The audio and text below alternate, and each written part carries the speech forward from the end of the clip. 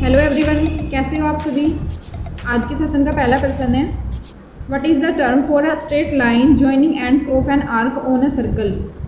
एक सर्कल पर एक चाप के सिरों को जोड़ने वाली सीधी रेखा को क्या कहते हैं।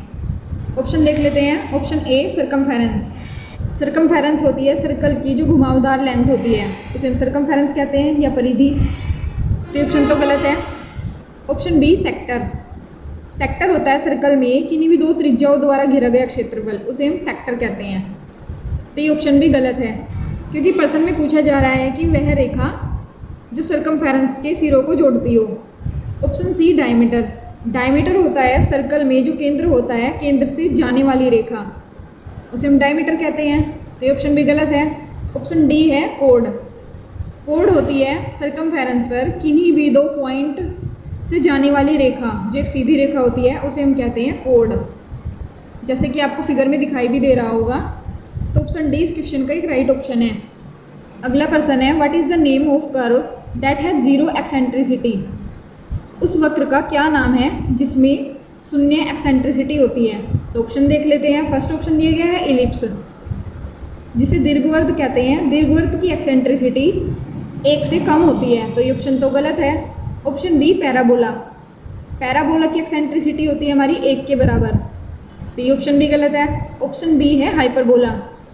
हाइपरबोला की एक्सेंट्रिसिटी होती है 1 से अधिक, तो ये ऑप्शन भी गलत है। लास्ट ऑप्शन बचता है सर्कल। वर्त ही एक ऐसा वक्र है जिसकी एक्सेंट्रिसिटी 0 होती है, जैसा कि प्रश्न में पूछा जा रहा है कि उस वक्र का नाम बताएं जिसकी शून्य एक्सेंट्रिसिटी होती है। तो ऑप्शन डी इस क्वेश्चन का एक राइट ऑप्शन है, सर्कल। चलिए अगला प्रश्न देख लेते हैं। What is the entire curve of length circle. पूछा जा रहा है कि जो सर्कल में घुमावदार लंबाई होती है उसे क्या कहते हैं। जैसे कि अभी पिछले क्वेश्चन में बताया है, उसे हम सर्कमफेरेंस कहते हैं। परिधि, परिधि तो होती है वो जो सर्कल पर एक वक्र तैयार करती है, घुमावदार जो वक्र होता है उसे हम परिधि कहते हैं या सर्कमफेरेंस। तो ऑप्शन ए इस क्वेश्चन का एक राइट ऑप्शन है। अगला प्रश्न है, what is the term for part of a circle making an angle at its centre. अपने केंद्र में कोण बनाने वाले वर्त के भाग को क्या कहते हैं। तो ऑप्शन देख लेते हैं। ऑप्शन ए सर्कमफेरेंस, ये होती है किसी वर्त की घुमावदार लंबाई, तो ये ऑप्शन तो गलत है। Option B sector.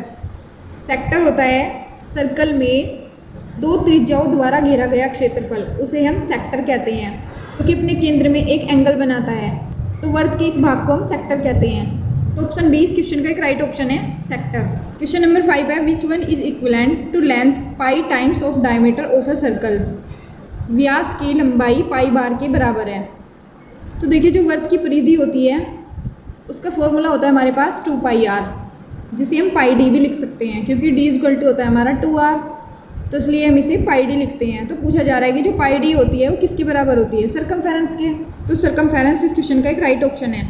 अगला प्रश्न है, what is the other term for a half circle. पूछा जा रहा है कि जो वर्त का आधा घेरा होता है उसे क्या कहते हैं। तो ऑप्शन देख लेते हैं। फर्स्ट ऑप्शन है quadrant of a circle. Quadrant of a circle होता है किसी वर्त का 1/4 भाग, तो ये ऑप्शन तो गलत है। Option B semi circle. Semi circle होता है किसी वर्त का आधा भाग, जिसे हम अर्धवर्त भी कहते हैं, जैसा कि प्रश्न में पूछा जा रहा है कि आधे घेरे के लिए दूसरा शब्द क्या है। तो ऑप्शन बी इस क्वेश्चन का एक राइट ऑप्शन है। अगला प्रश्न है, what is the line that intersect a circle eight 2 points on it's circumference. वह रेखा जो अपनी परिधि पर 2 बिंदुओं पर एक वर्त को काटती हो। तो चलिए इसको कुछ इस प्रकार से समझते हैं।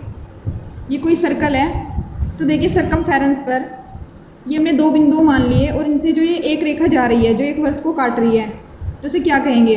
तो इसे हम कहते हैं कोड। तो ऑप्शन बी इस क्वेश्चन का एक राइट ऑप्शन है, कोड। नेक्स्ट क्वेश्चन है, what is the term for 1/4 of a circle.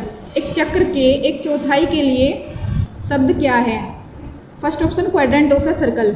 जैसे कि अभी मैंने बताया था कि क्वाड्रेंट ऑफ अ सर्कल होता है किसी सर्कल का 1/4 भाग, उसे हम क्वाड्रेंट ऑफ अ सर्कल कहते हैं। तो ऑप्शन ए इस क्वेश्चन का एक राइट ऑप्शन है।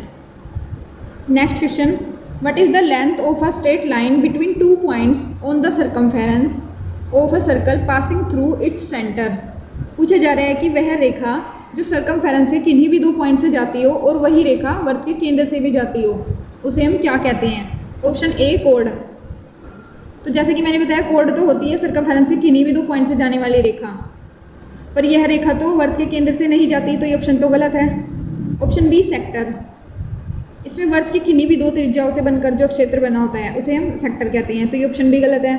सरकमफेरेंस होती है वर्त की जो घुमावदार लेंथ होती है, उसे हम सरकमफेरेंस कहते हैं। ऑप्शन डी डायमीटर, डायमीटर को कुछ इस प्रकार से समझते हैं। डायमीटर होता है किसी भी वर्त में सरकमफेरेंस के 2 पॉइंट से जाने वाली रेखा और वही रेखा वर्त के केंद्र से जाती हो, उसे हम डायमीटर कहते हैं।